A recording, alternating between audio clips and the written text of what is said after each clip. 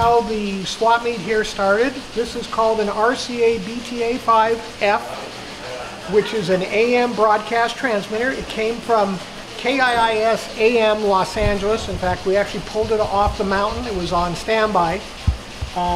It is on the internet when it was at that station, so you can see the way it was there in LA and how it is here. So this is the last one of its kind.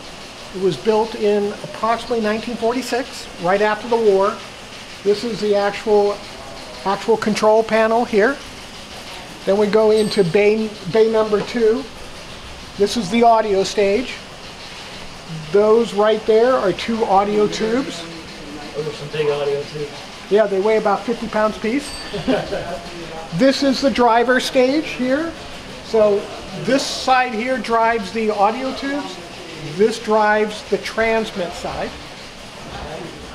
Go over to this bay here, and this is the transmit area. So those are all the coils, caps, tubes, and all that to put out 5,000 watt carrier. Yeah. Yep.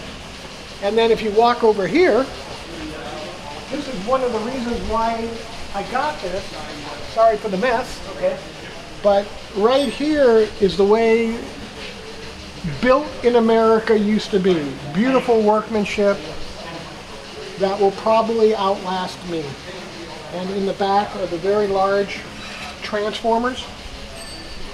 Oh yeah, no, I haven't seen those before. Okay. The modulation transformers in the back. Plate is down there on the floor. That's cool. So it's a great QRP read. Yes, it is. Remember, guys, 5,000 watts AM times 4 is 100% modulation. Figure it out for yourself.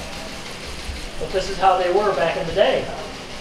Now they have a nice little drawer unit that'll do, you know, The same amount as the shoebox. the same amount. Well, thank you, Brad. I appreciate it. Thank you, John.